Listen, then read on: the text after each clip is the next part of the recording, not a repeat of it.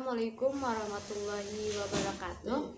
Perkenalkan, nama saya Ulma Yatudinia dari Pendidikan Akuntansi 2019 dengan NIM 1909768. Baik, di sini saya akan menjelaskan tentang neraca saldo pada perusahaan dagang. Apa kalian tahu apa itu perusahaan dagang? Perusahaan dagang merupakan perusahaan yang proses kerjanya yaitu membeli barang dari pemasok lalu menjual lagi ke konsumen tanpa mengubah wujud barang dagangannya. Mudahnya bisa kita temui dalam kehidupan sehari-hari seperti toko kelontongan, supermarket, minimarket, dan yang lainnya. Jenis usaha ini yaitu membeli stok barang kebutuhan sehari-hari dari supplier atau pemasok, kemudian menjualnya lagi ke konsumen.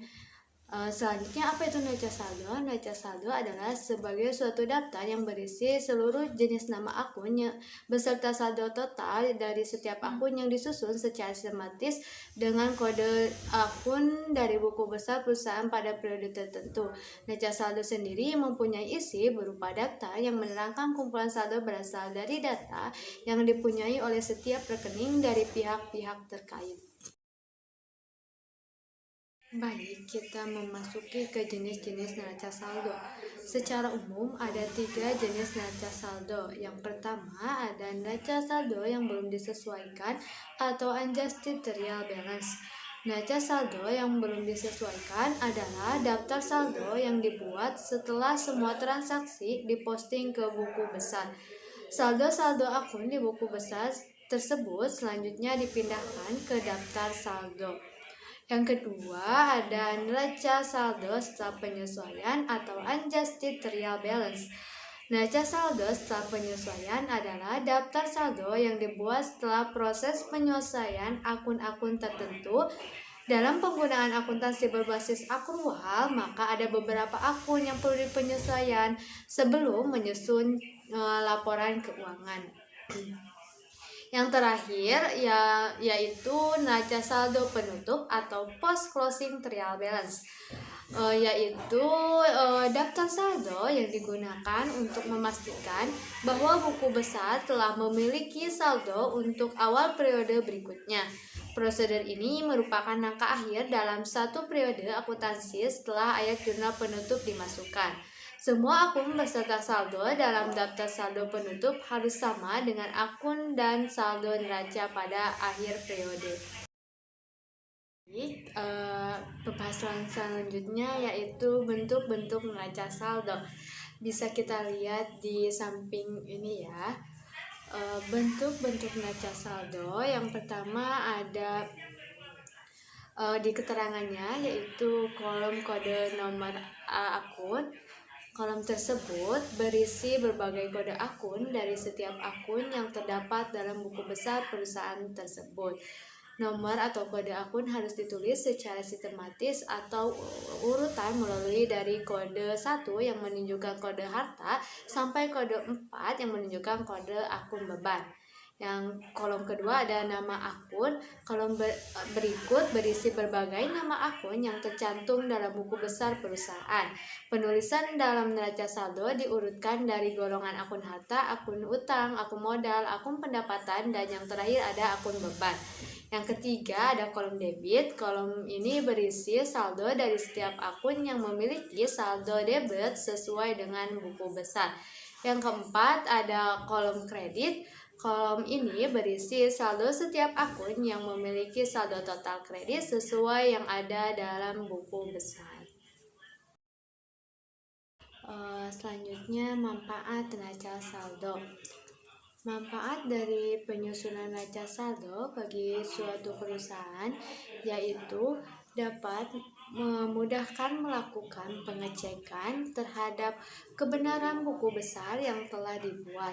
Ketika jurnal buku besar yang dibuat dengan benar sebagai dasar penyusunan neraca saldo, maka jumlah total angka kolom debit dan kredit yang muncul di neraca saldo akan menunjukkan jumlah saldo yang balance atau sama.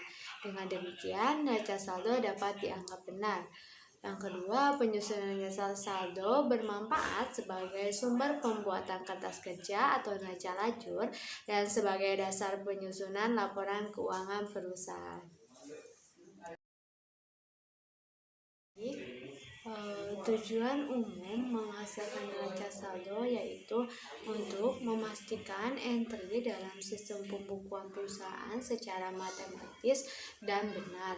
Neraca saldo biasanya disiapkan oleh pemegang buku atau akuntan yang sudah menggunakan daybooks atau buku harian akuntansinya untuk mencatat sebuah transaksi keuangan dan kemudian mempostingnya ke buku besar nominal dan buku besar pribadi. Selanjutnya, fungsi neraca saldo yaitu fungsi persiapan. Neraca saldo berfungsi untuk mempersiapkan pembuatan laporan akhir keuangan pada suatu perusahaan, baik perusahaan barang atau jasa. Kedua, fungsi pencatatan yaitu fungsi utama dari penerapan ilmu akuntansi dalam penyajian data pada perusahaan, baik perusahaan barang atau jasa. Yang ketiga, ada fungsi koreksi. Neraca saldo merupakan laporan keuangan yang berguna sebagai bahan evaluasi sebelum pembuatannya. Hal yang lebih dahulu dilakukan yaitu melakukan koreksi terhadap seluruh catatan serta siklus akuntansi.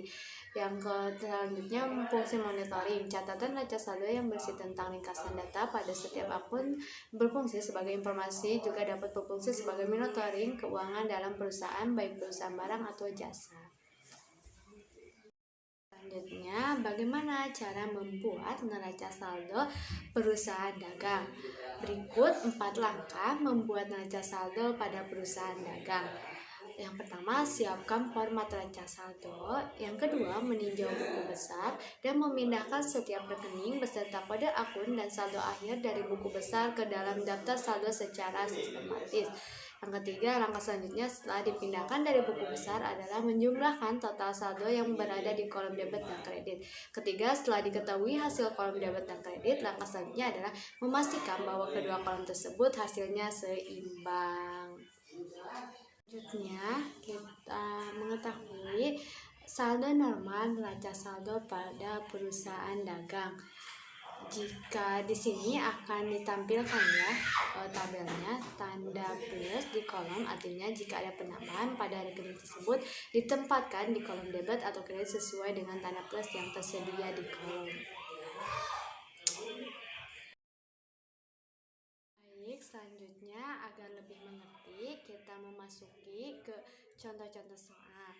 Di samping ini bisa kita lihat bahwa kumpulan-kumpulan nama akun beserta saldonya akan dipindahkan ke dalam satu nama akun yang telah dijumlahkan kemudian dikelompokkan ya yang sudah tersedia. Sekarang masuk ke jawabannya. Lihat ini gambarnya, bisa kita lihat ya. Sudah dikelompokkan dan sudah balance antara debit dan kredit. Baik, mungkin cukup sekian materi yang saya sampaikan. Semoga materi yang disampaikan bisa bermanfaat bagi kita semua. Kembali lagi di next video. Terima kasih. Wassalamualaikum warahmatullahi wabarakatuh.